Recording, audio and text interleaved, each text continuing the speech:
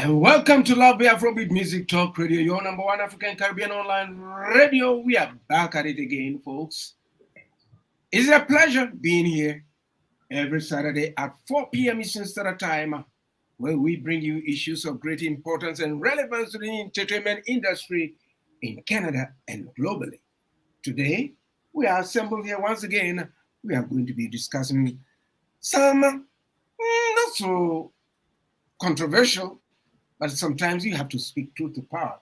And before we do that, well, I have with me today, as usual, Ron Molinga. Hi, Ron, how you doing? Great, TYB. I hope you and all your guests are doing great today. I'm doing great. Beautiful day. Well, not really. It's wet, but it's beautiful to be here. Awesome. And Petra, how you doing? I'm good, TYB. Hey, Ron. Hey, Lovely family. Hey, everybody. Great. It's a little wet over here too, but it reminds me of England, it makes me a little nostalgic, so I don't mind. That's great. Yeah, today I'm handing over to Petra. So Petra, the floor is yours to direct and conduct this symphony. Over to you. I'm so honored, TYB. Thank you. The first thing I wanted to talk about, I know hopefully we should have a surprise guest that's going to be popping on very, very shortly. But I do actually want to just kind of highlight her event, and then we can talk to her a little bit about it when she logs on as well.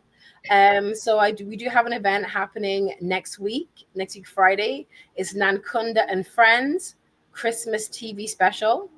So that's going to be live at 6:30 on Go Live, Channel 1.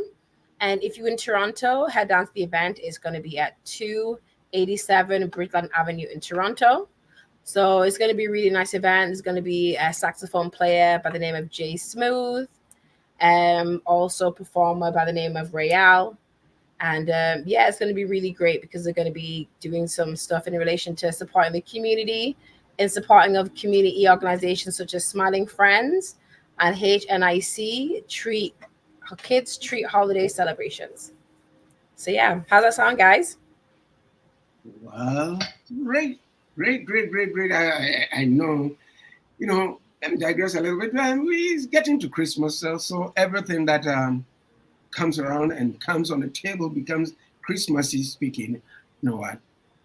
I'm with you. Anything that you direct us to go. For sure. I want to show everyone the flyer right now, actually. So you can see it right there. Lovely.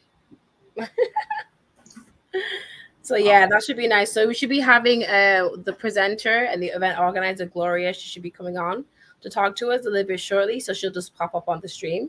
So that'll be great. But I know that until that time, over the past couple of weeks, we've been really discussing some really amazing topics within the industry, from AI to women in the industry, and so many more. And it's really definitely sparked some food for thought.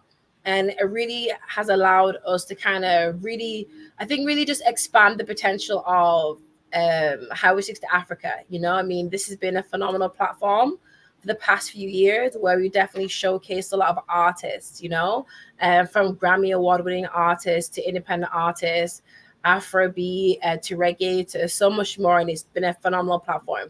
But I think now the fact that we can also discuss topics within the industry that really not only impact the artists, but also other elements of the industry and in relation to the future of not just Afrobeat and reggae, but also of the entirety of the industry has really come to the forefront, and I think it's really great that we can explore these topics every week. So I know that there is a topic that Ron came up with that I thought was really, really great. You know what I mean? So I do want to kind of touch on the topic. I would rather Ron kind of just be the opener and kind of just pretty much formulate the question or in a way that, maybe me and TYB could just jump in as well. But I want to give all credit to Ron for that. So Ron, the floor is yours. Yeah, Petra, it's interesting. I have lots of conversations with many musicians around the planet, so lots from Nigeria and inside Canada and outside of those countries around the world.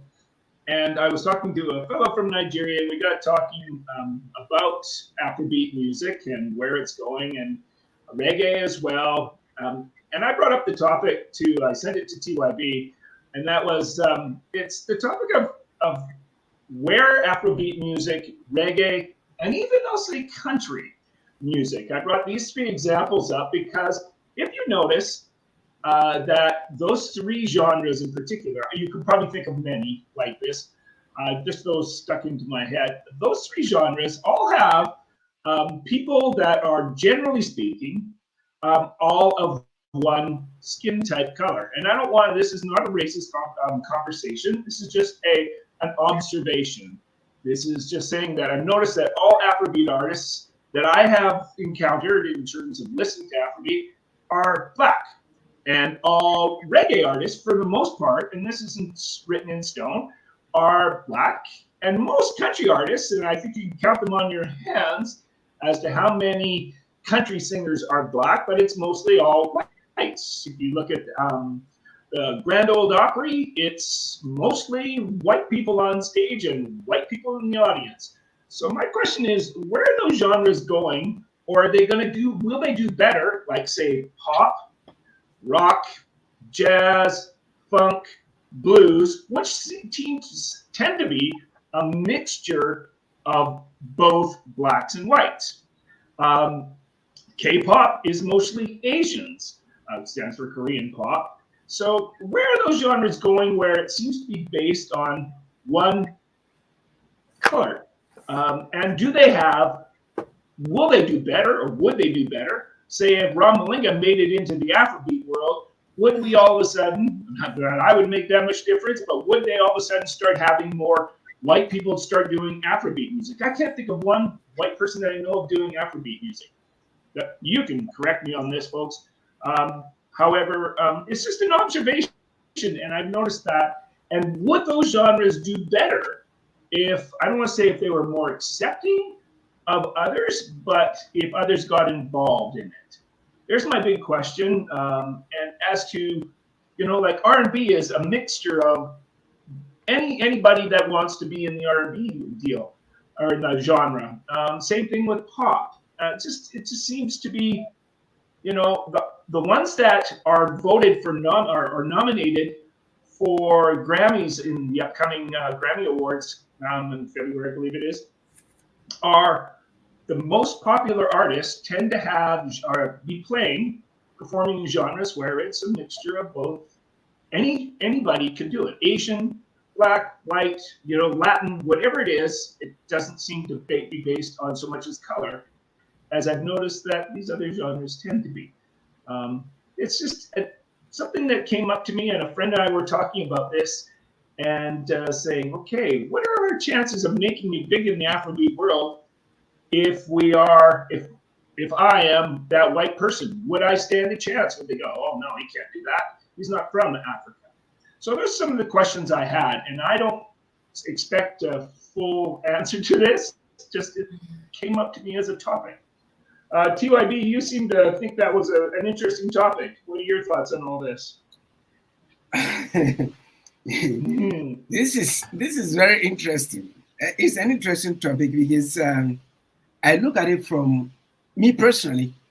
I appreciate all forms of music, every form of music, every form, irrespective of where it comes from. Because writing music, people might think it's easy. It's not. And in my book of books, there's no original songwriter. Because if you want to write a song, you may have to have something that you may have thought about and then built upon it. There's no single song that I was, the person wrote it from scratch. You have to think about something to build on something. So we are all intertwined in this kind of industry.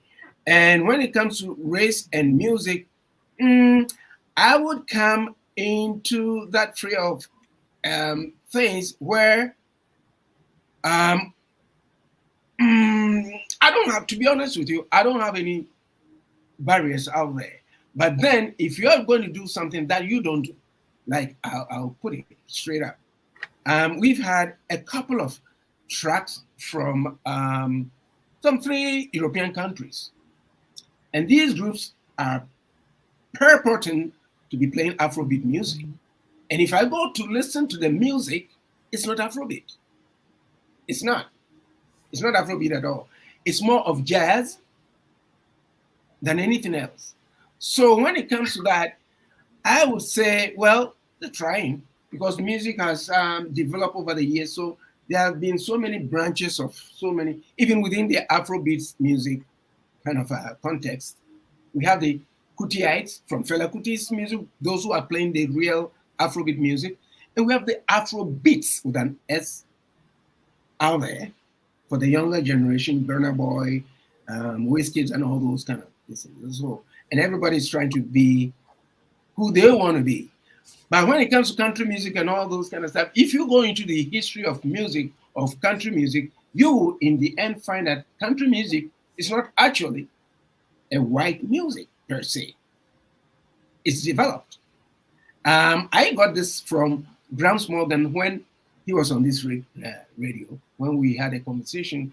And I learned a lot about the sort of music, the sort of topic that we were talking about. And I've researched it, and I've come to the conclusion that in my book of books, we don't have to put race in music because at the end of the day, Baba Black Sheep is sung in Kenya among the Maasai and among so many different things. So, you know what?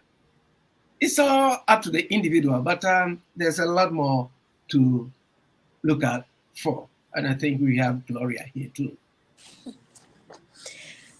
Hello everybody. Hi. Thanks for having me. It's a pleasure to be in your presence this afternoon. I am literally in the office because I'm hosting, there's an African choir Christmas concert right now at the Dominion Miracle Temple in Ajax. So I'm the host this evening, and the show is literally, I can hear them looking for me. But I'm very honored, first of all, Petra, for having me, and such a great discussion. And yes, please, I'm happy to be here overall. It's a pleasure. Thank you for Yes. popping in as well. And we actually took the pleasure of speaking a little bit about your event, just to kind of set the groundwork. And we just also started discussing a topic that was on the top, pretty much something that Ron came up with. So thank you for, giving us some feedback on your thoughts. We will definitely get back to that discussion if you guys don't mind. We definitely want to talk with you, Gloria, because I know you do have things you have to kind of get back to. Yes. So can you just tell us a little bit about your event, and then also after that, tell us a little bit about who Gloria is? So Yes. just let us know about the event. Thank you. So my name is Gloria Gift Nankunda, originally from Uganda, the east of Africa, and I'm a very proud folk soul musician. I do sing music of the ancestors, music that you've not heard of, I'm very sure, because it's my local language called Runyankore. I will not try to get you to say it. You might leave your tongues in studio. So I will save you that. But I've been very blessed to, not just sing my Runyankore, but I'm able to pick up on other African languages, be it Zulu, be it Swahili. So it's been a really great run for me for the last 8 years where I got into music professionally. And the event, I'm doing a Nankunda and Friends Christmas special. It's going to be live on Go Live TV this coming Friday from 6 p.m. till 8 p.m. I've got a host of my other friends who are also musicians, the likes of Jay Smooth. He'll be doing the saxophone. I'm being backed up by the Fuller Sound Band. I have also Mr. Brian Bryans. I have a sibling family. There are 6 siblings, amazing singers. So it's going to be great. And not only that, it's not just a concert, but we're also giving back to helping neighborhoods implement changes and for profit that is actually creating kids holiday Christmas celebration, and it's going to be happening on December 16th. So whatever we are selling out of our tickets will actually be going to the kids celebration on December 16th. So I'm really glad, first of all, to get to talk about it with you, and hopefully you can make it as well. So this is my official invitation to you. All right. Yes. Yeah, I'll definitely be there, and hopefully the guys, Ron is all the way in Vancouver Island. So oh dear. Yeah, if you can fly out, you never know. That would be great. You just never know. But most importantly, it's Christmas season. It's all about love. It's all about including every single person, not leaving anybody out. There's been a bit of a crisis in the African refugee community, as you've heard or seen the news this whole year. So we'll actually be talking to somebody who has been spearheading this on that particular day as well. And also we've got gifts. So some of our refugee claimants are actually going to be getting a Christmas Christmas stocking, a Christmas package. So it's not just about having an amazing voice and a great band. No, it is also about having an impact on our community practically. Yes. Fantastic. Thank you so much. Mhm. Yeah, TYB, did you want to jump in there? And Oh no, it's a pleasure to have gift here. It's good to give back, and on Love Afrobeat Music Talk Radio too. Next week Saturday we are having a Christmas party for kids Nice. and their parents. This will be the second time we've done that. And Mhm. around this time of the year, this is where a lot of people get depressed. There's so many things that goes on with it, despite the fact that everybody goes out there to shop and do so many things to have Yes. fun. You know, it's not what we see. Because if you go to the liquor shops, Mhm. you see people buying tons of drinks. But that person buying it, most of the time, is only one person. They get carried away Mhm. and buy all those things. They take it home, and after Christmas, they become drunkards Mhm. because they are home alone. They drink and they do all those kind of stuff. And a I lot of got you. people don't have families around and people that they can. That's call. why we get to give. That's why we That's get to give. So right. everybody feels included. Nobody feels left behind. Because I think it's very Yes. important. Yes. Unfortunately, Petra, I've got to run. They're literally looking for me in the corridors. Go ahead. It's such a pleasure. I hope that next time I can, get to sit with you and have a proper conversation. I found a very interesting topic, and I think I will enjoy it next time if you will have me. But a pleasure. Thank you so most much. definitely. Thank you so much, Gloria. Thanks. Thank you, Gloria. See you All on the the best to show. you. Yes, Absolutely. yes. See you next Friday. Cheers. Bye-bye. Bye bye. Take care. Yeah. So that was really lovely. Thank you guys. Gloria popped in, she's hosting a Christmas concert right now. So she's got a lot of things going on. As you guys heard, she has her event happening next week, Friday. It's going to be really amazing. So just kind of, Ron, did you want to just mention a bit about the event again? About which event? You mean the one that Gloria's she's... event. Did you want to just read the flyer real quick if you have it in front of Oh, you? you want me to read that for you? Yeah, I could. Yeah, for sure. Sure, absolutely.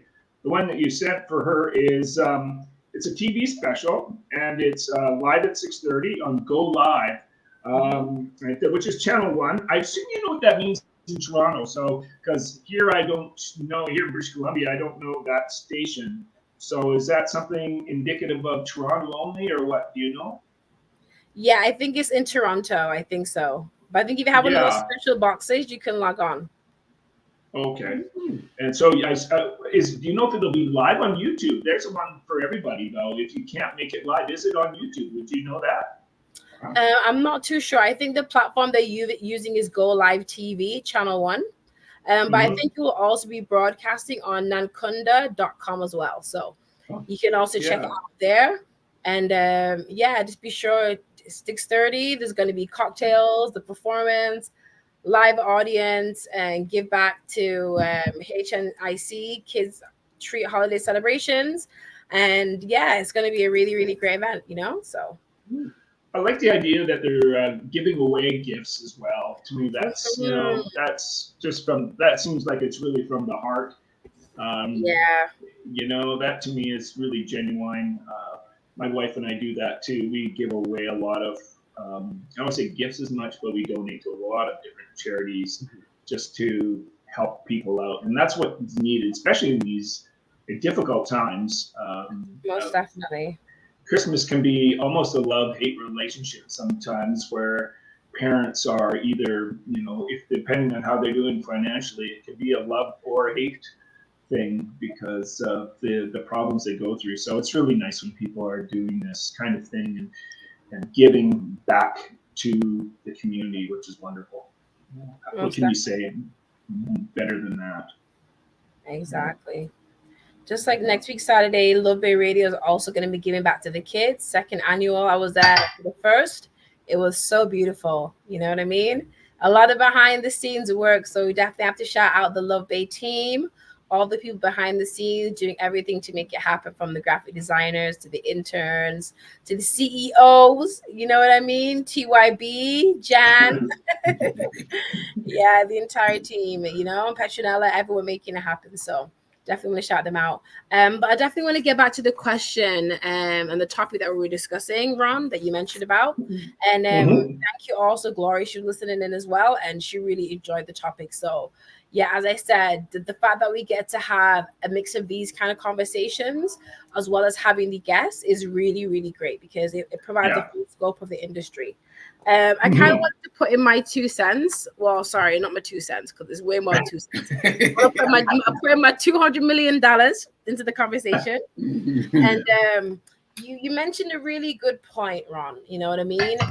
When you mentioned that certain genres are predominantly, of one ethnicity, And I know TYB did mention a point in relation to country music, and I do know the origins of country music was essentially the sharecroppers in the US, being recorded, you know what I mean, and that music then becoming country and then what have you. How I feel the reason why certain genres are predominant of one, I'd say one color or like race or what have you. For me, I believe it's more cultural than say race, for example. You know what I mean? Like Afrobeat is cultural music. It takes music from like Nigeria, Ghana, like pretty much certain regions of Africa. And I don't want to just Afrobeat is one example, but there's many different genres in Africa. So I don't want to be offended, But it's like the fact that is the music of the people and of their culture expressed in song, So and it just so happens that the like predominantly most of those people are like of one race, pretty much. When it comes to reggae, the same thing. When it comes to country, we spoke about its origins, but I feel there's many reasons as to why that, it will probably take more than a long show to explore as to why it's more predominantly Caucasian right now. However, I feel currently the music right now, again, relates to culture. I think it's predominantly the culture of the people. You know what I mean? I feel like you mentioned a point where there's a lot of other genres that are a mix of different cultures. You know what I mean? Like you mentioned pop, R&B, hip hop, what have you. Traditionally, some of those genres did actually start off as one group of people, like R&B. Same with hip hop. You know what I mean? And again, I think that all boils down to culture. I feel the reason why it transitions now is due to its popularity. You know what I mean? Now, that begs the question, like you mentioned, due to its popularity, it allowed the doors to open to allow other people to come in R&B, and hip hop especially. And you could use hip hop as an example because in a way, I feel like the gates were kind of closed for hip hop. Hip hop to me was kind of like Afrobeat back in the day, where predominantly it was only like Black people or African Americans who were hip hop artists. Due to its popularity now, it's allowed other cultures and other races now to, be involved in the culture. And hip hop now is no longer looked at as just being predominantly like African American music. It's now a culture of its own. And the culture of hip hop it connects to everybody that loves hip hop music. You know what I mean? And I feel like reggae also grew to become that because even right now, reggae music, even though a little bit smaller, not as popular as say hip hop, it has evolved to a point where it's really popular in Europe, in Belgium, Germany, France.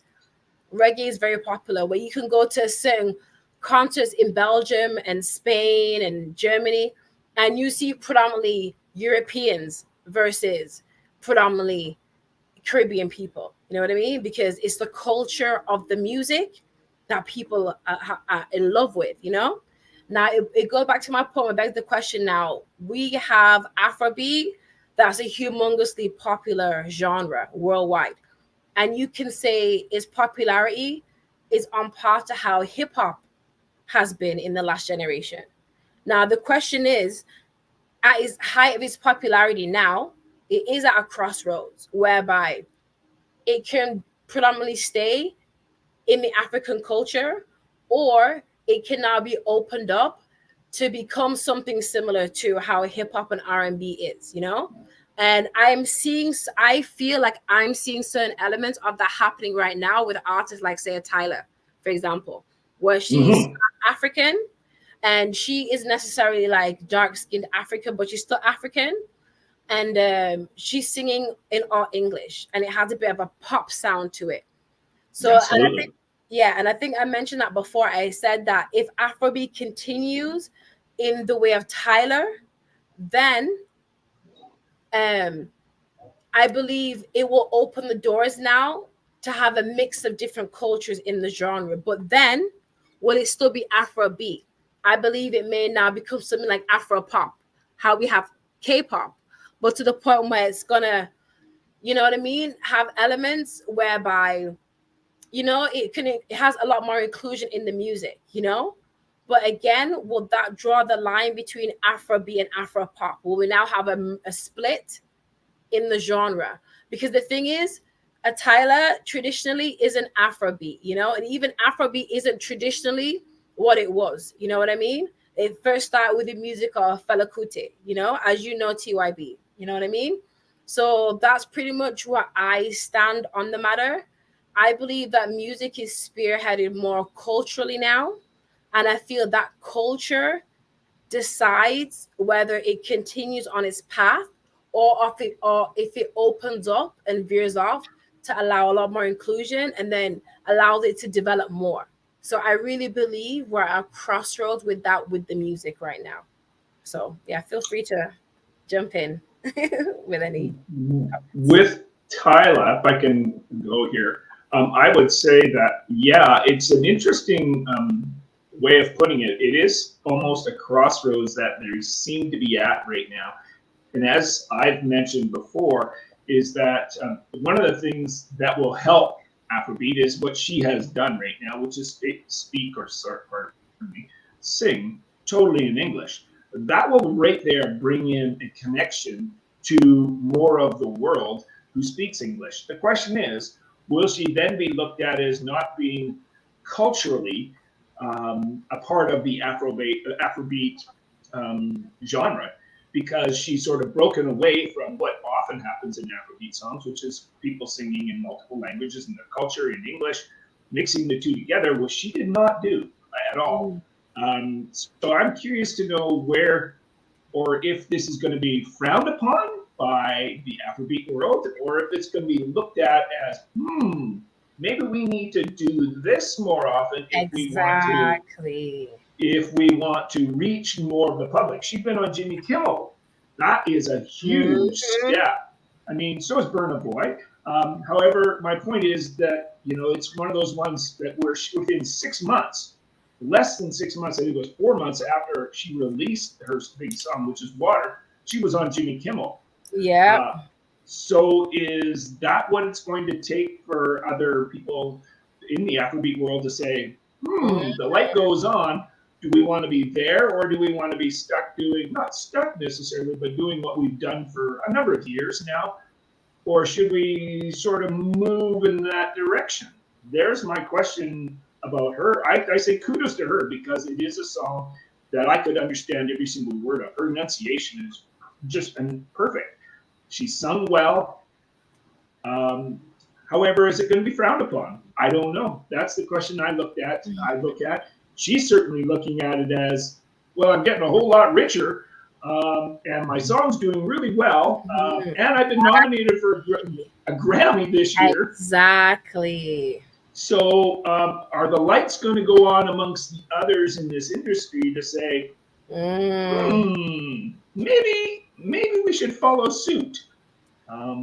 So this is the question. I wonder if that's going to happen. I'd love to see what other artists take on this in terms of where it's going to go from here, because I think this might be that slight door opening that I'm starting to see where people might go, okay, let's follow suit.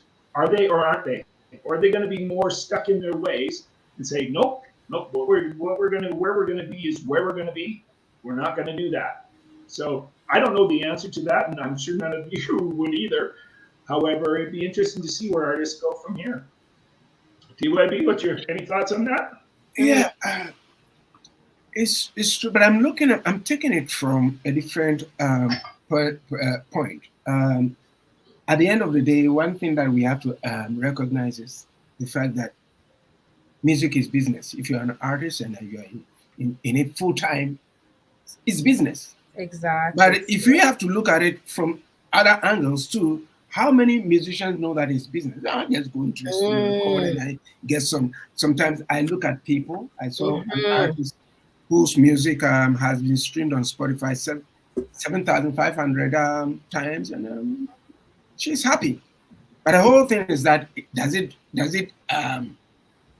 bring dividends? I don't think so.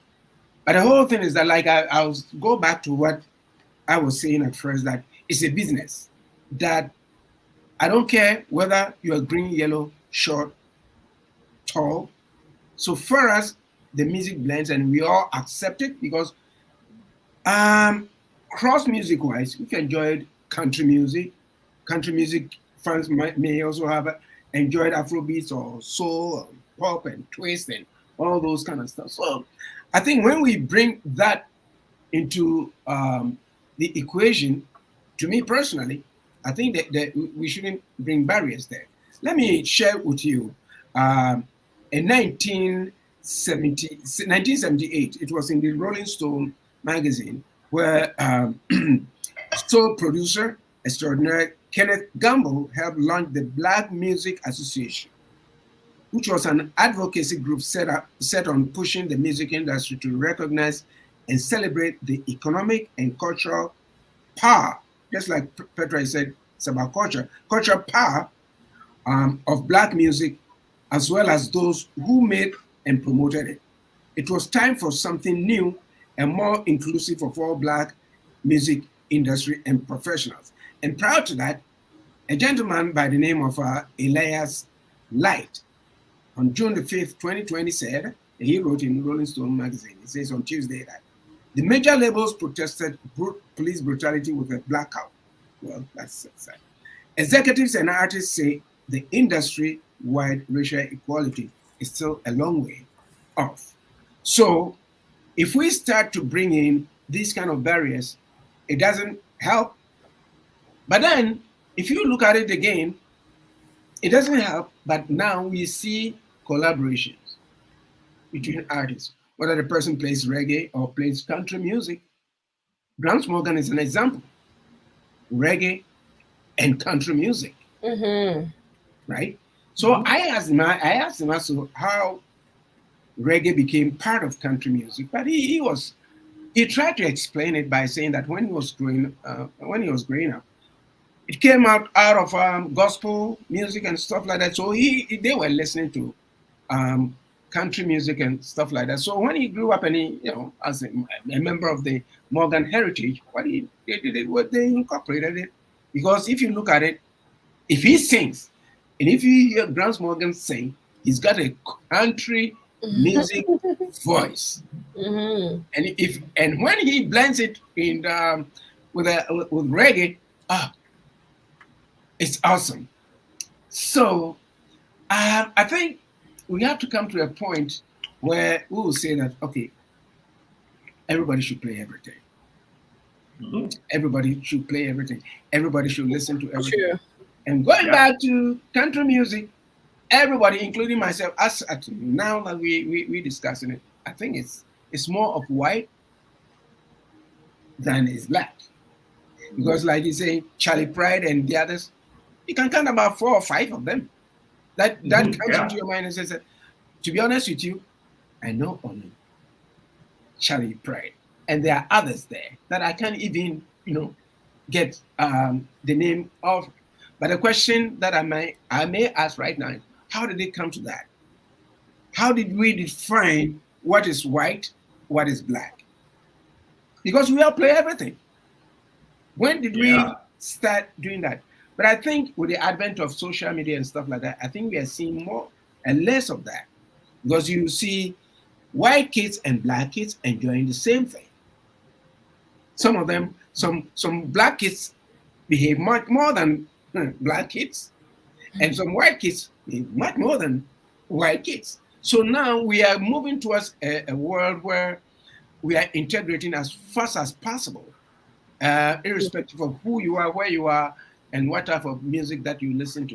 At the end of the day, it's all about the business of music and the business of where we go from here and how we identify each other. But all in all, the only protected kind of music that nobody goes or venture is Chinese music, South Asian music.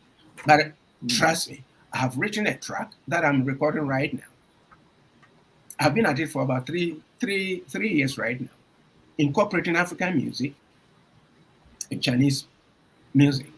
And I have also listened, I saw something on YouTube that was very interesting, Persian music and African music. Ooh, that would be nice. Very interesting. And the guy was able to trace and then bring everything together. So if you go to the history of music, they are all intertwined. Exactly. Very intertwined. Oh, of course. Yes. Oh, if you take Brazilian music, the original, I mean, it is all there to say. It's a combination of European and African rhythms and stuff like that. So the future looks better, where it will come to a point where we look at music as it's music. Let's all put our hands in the same dish and then eat from it. So I think it's a very good topic that has got to be talked about, because a lot of people think it's racially, something, but it's not. It's not. We just have to sit down and analyze and understand where we took it from. Of course, we are not going to say that there wasn't any kind of racism in terms of the business aspect of it, but with the performance aspect of it, everybody goes to watch Elvis Presley. Elvis became popular.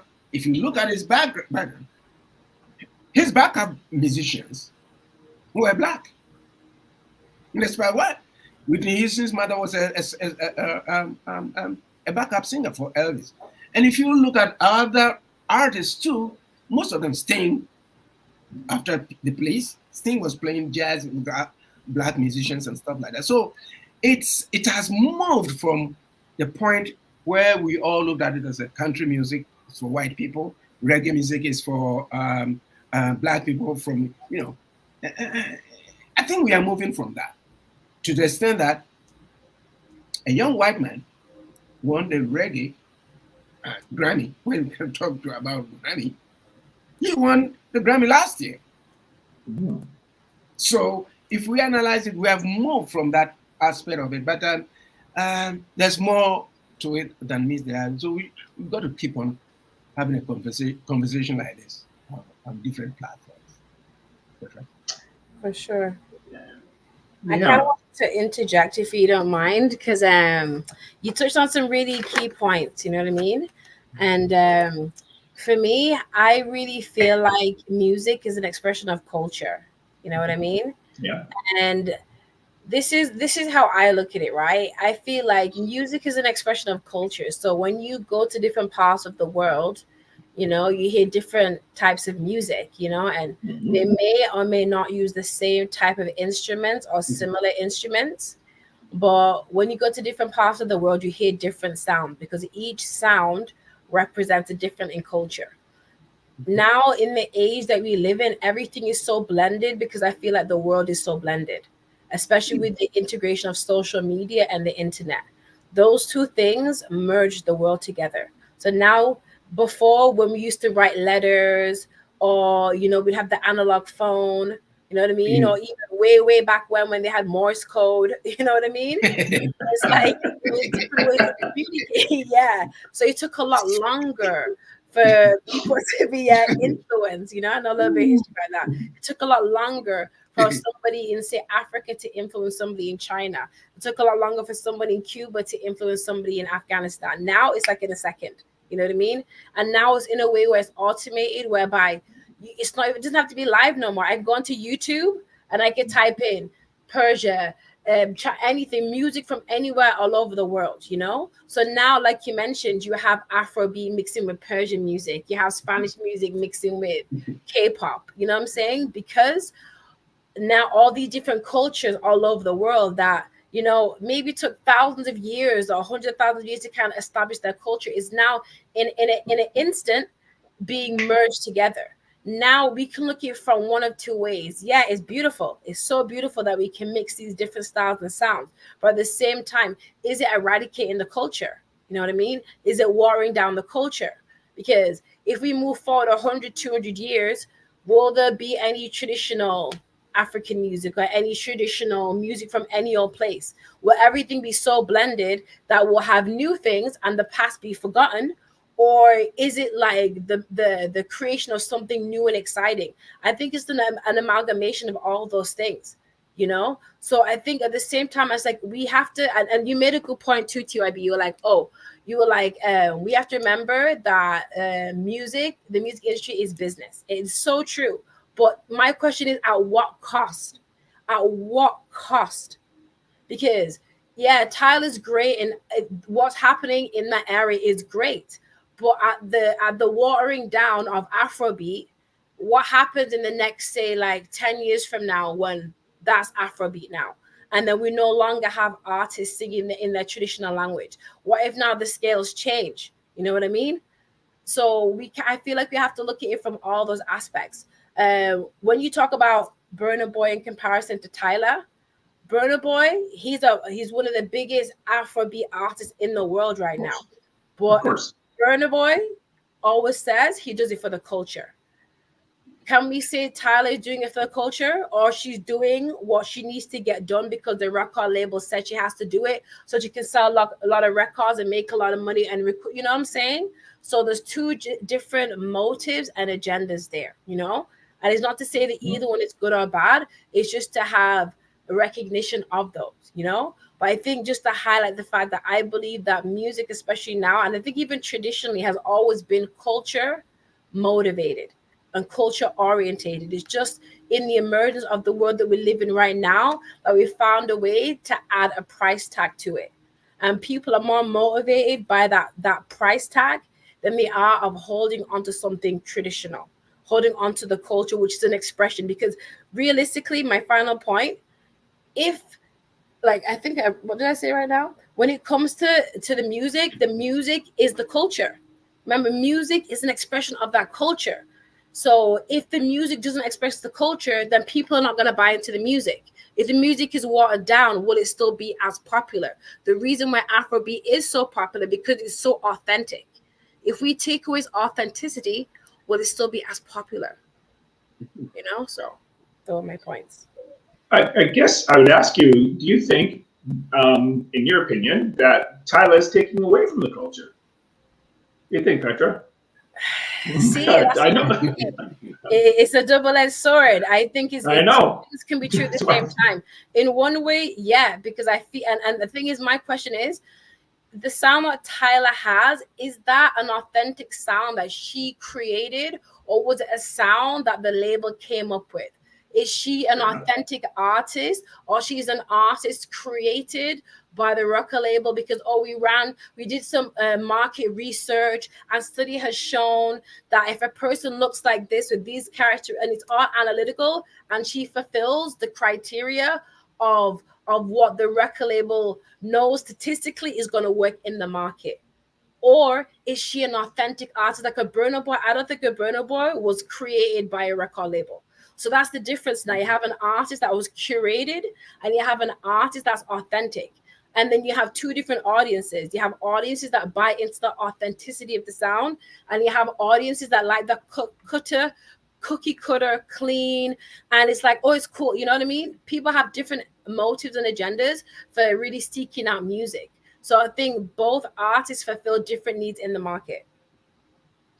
I guess once again, it comes down to TYB's point about it's a business. So what are they going to try to sell? Stuff that's going to make them money, or stuff that's going to be culturally correct? And I think they're going to always go with, because that's what the music business is about money, as we all know. they're going to go with where the money is going to come in. So I think they personally don't give a rat's backside about the culture of a society as much as they do is how well something is going to sell. And that's the way it always is. I mean, that's how the business works. I mean, would you invest in something you thought was going to do okay? Or would you invest in something that would stand a better chance than just okay? So I think that's probably where I would guess that whoever Tyler signed with, I don't know what label it was, but it doesn't matter. It's probably where they're going with that. This could sell, and it might sell better than Burna Boy. Who knows? It doesn't matter to me at this point. It's all good music. It's just what is going to make the most money. And record labels will always go for the money. Every single time. Michael Jackson knows this. I mean, Prince knows this. So many people, artists know this from being signed to labels. You know this, Petra, as well. And that is, it's just where is the money? And that's what's going to always dictate, unfortunately, what comes out. And I think what happened, I want to bring up the genre of Motown. Motown is just even to this day, I mean, it doesn't really exist like it did in the early 70s or late 60s. But to me, that's one genre where it was clearly just all the ethnicity was Black people. And it just was some of the, I think, some of the most genuine, great music that's come out of North America. Personal opinion, of course. However, it was, once again, it was just what can sell? What are we going to get to sell out there? And I mean, Stevie Wonder was one of the young people in there that was in Detroit at the time, and he was recording stuff that he probably wouldn't have had the chance to do before. So I think that once again, it came down to business. How can we put out something to help these people that aren't getting played as much? And this is the time where the Beatles were one of the biggest bands in the world. They'd come out, the Rolling Stones had come out, the Who had come out, all these groups are coming out. And I wonder if businesses were looking at us going, well, we better stick with the white people here because the Black people aren't doing much like these white people are.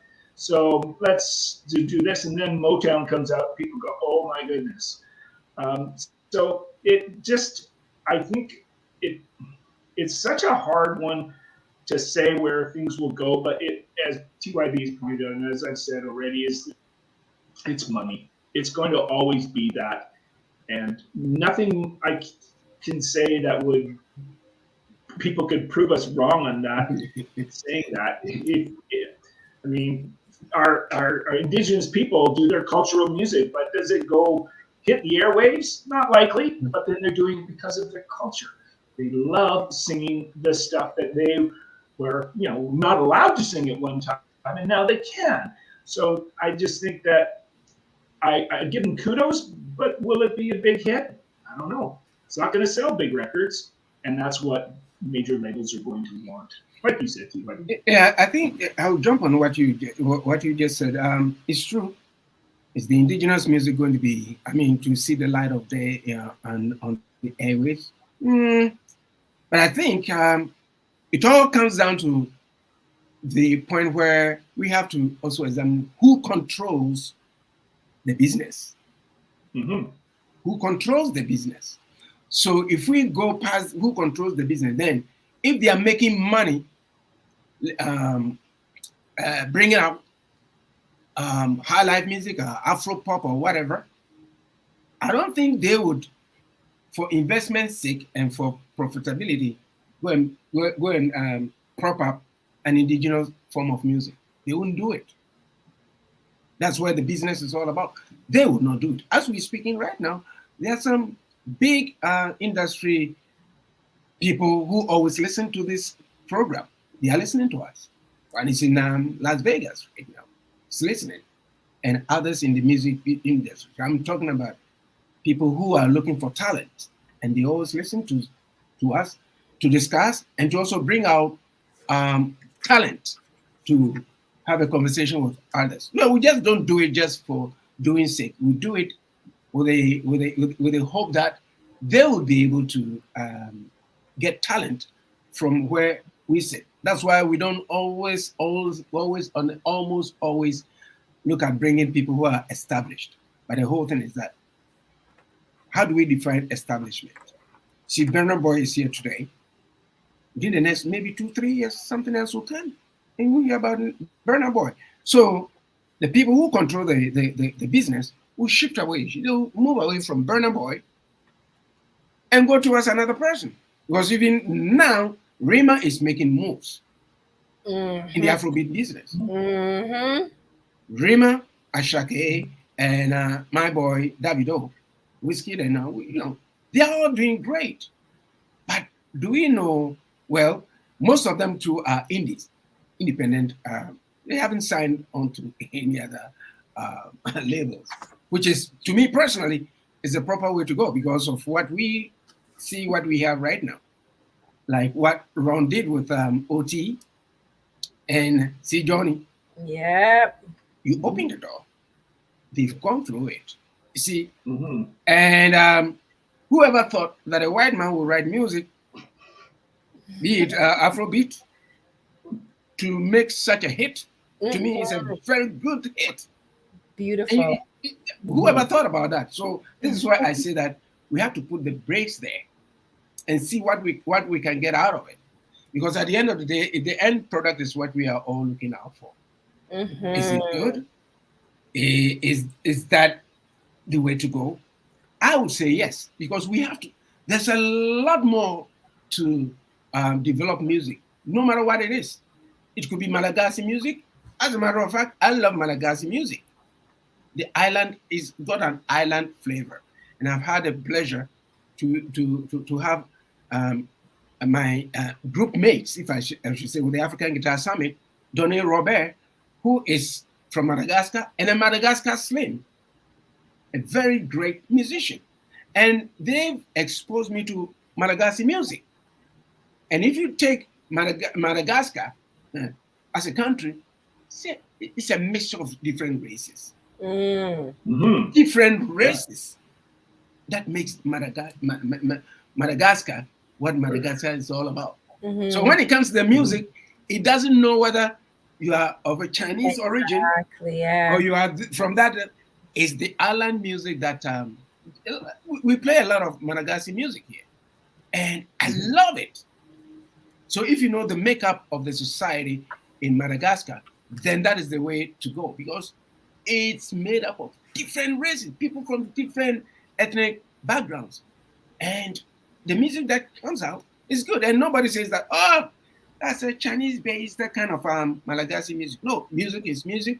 The business aspect is what I think about. But all what I can say is that in this modern day and age, the big boys don't care about what comes out.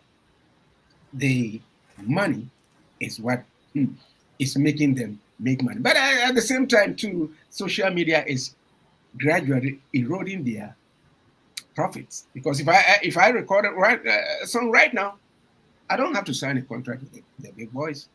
TikTok, YouTube, as we've been saying, people are making it out there. So you know what? The future is bright, and I think the more we talk about it, the more exciting that I think there will be more collaborations and stuff like that. And Ron is an example of what we're talking about. Petra? Yeah, most definitely. No, like you guys both mentioned some really, really great points. I don't want to say I always like to look things from the other perspective, I do believe that money is a huge motivator, but I do stand firm on the fact that if it doesn't sound authentic, then or if people don't like it, then they're not going to buy into it, and then if they don't buy into it, then it's not going to make money for whatever organization, right? And there are many artists that have been released out there that they've put their money behind that haven't gone anywhere. You know what I mean? And for whatever reason it is.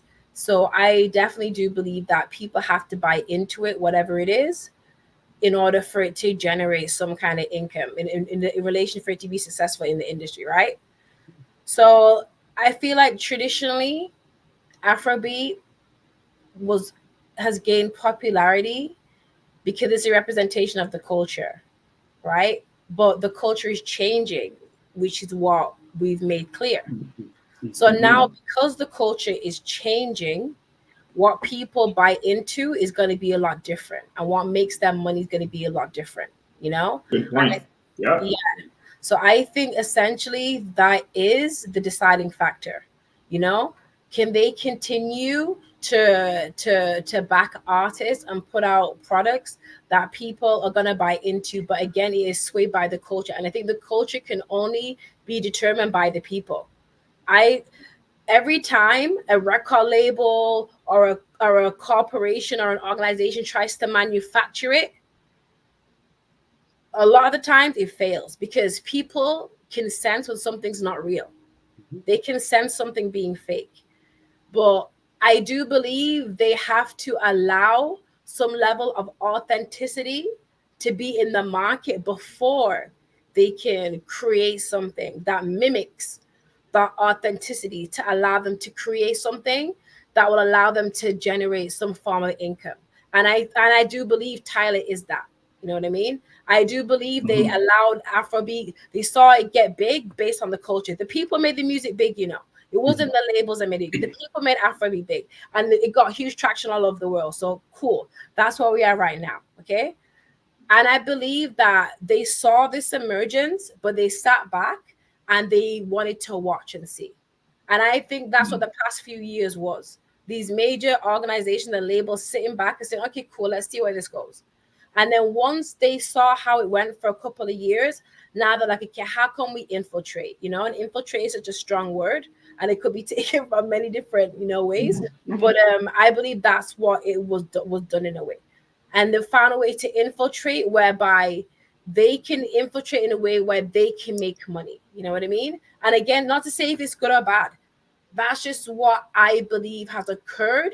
And with that infiltration now is to decide where it's going to go. Is it going to stay authentic, or is it going to be something else? But I do believe it's a combination of the two things we discussed. You guys made some great points. It definitely is about the money, but it's also about the culture too. But to what extent? And at what point does the culture maintain control as the genre evolves? Because as the genre evolves now, I'm seeing the full authenticity of that culture become watered down, and now is being led by the major labels. You know what I mean?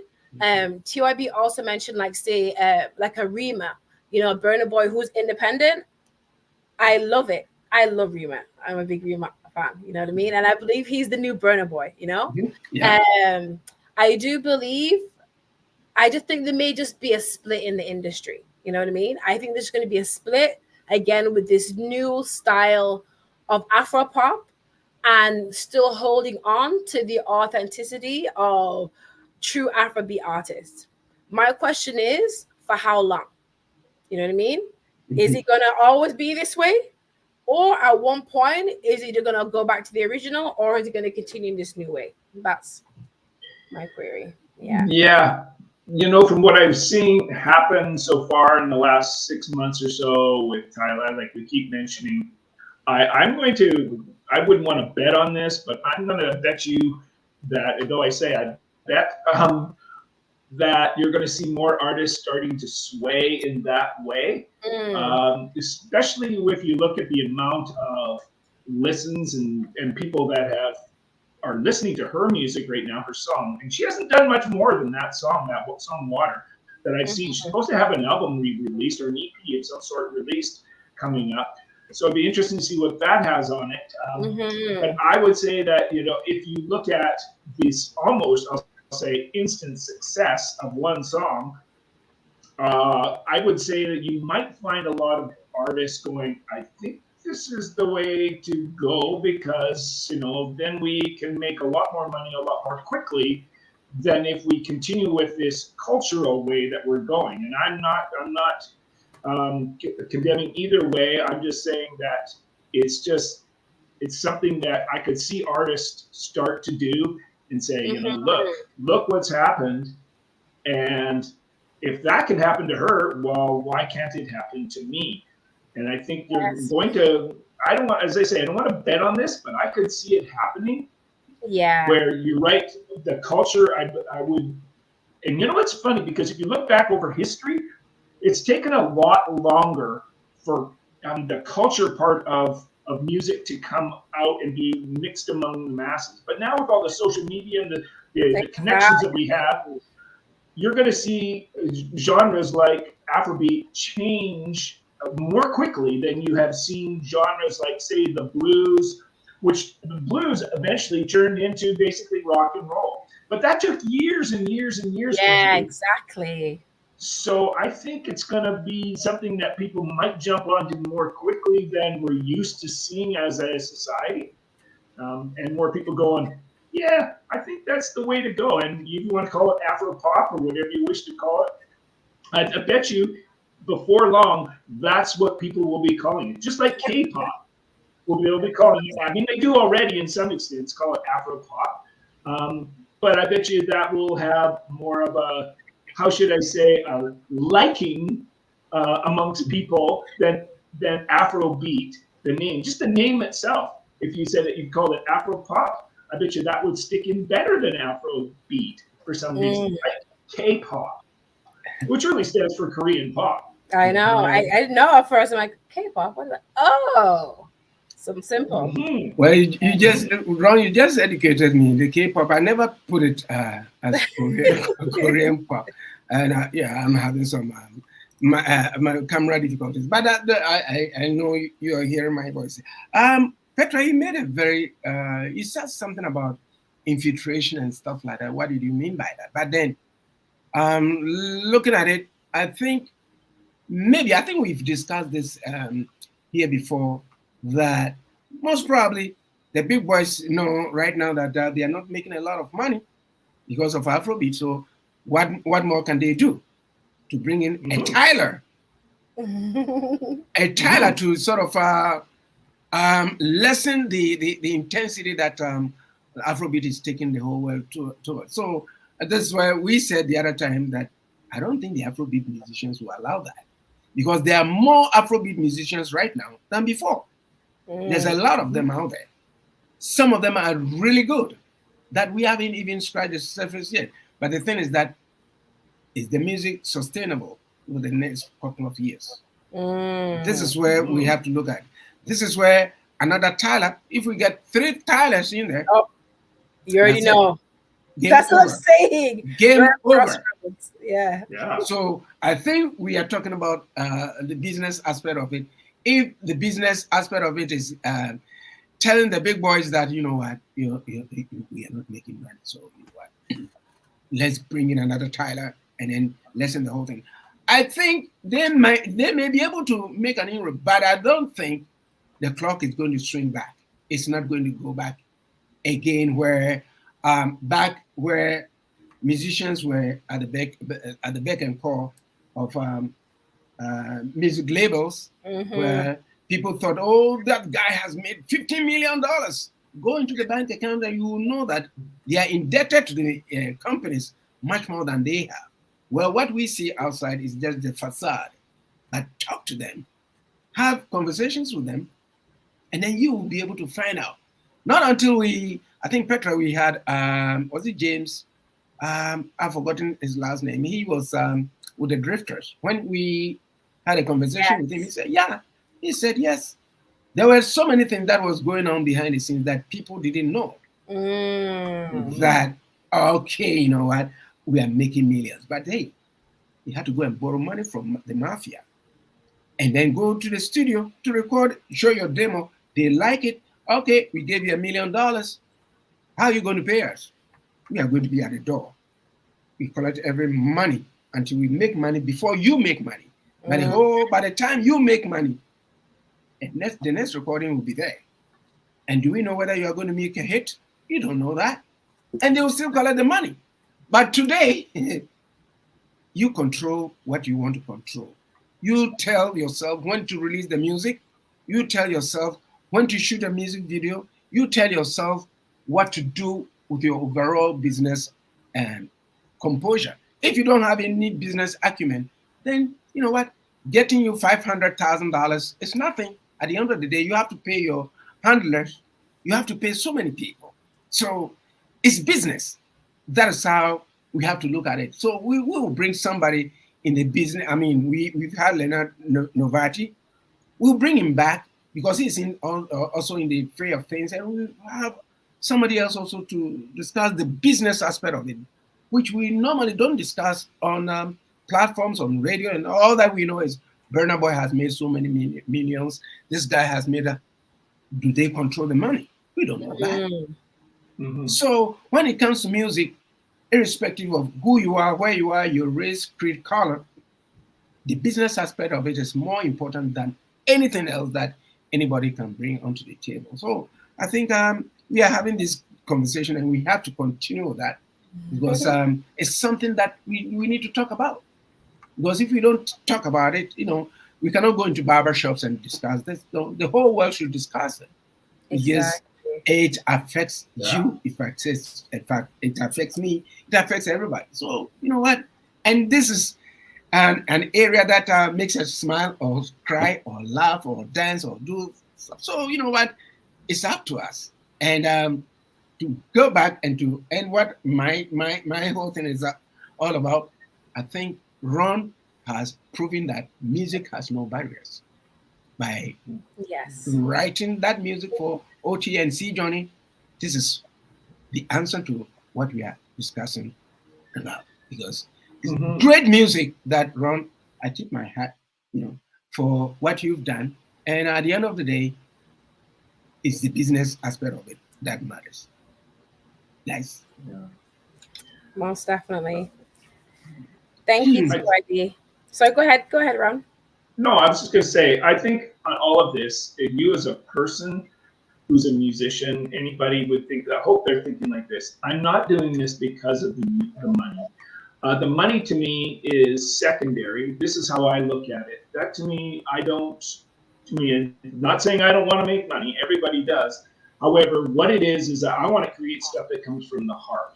I want to create music that I like and that I hope others like, and others don't like it, so be it. I mean, 50,000 posts a day get put on, or plays get put on Spotify every day. So your chances of getting heard out of 50,000 every single day are like finding a needle in a haystack.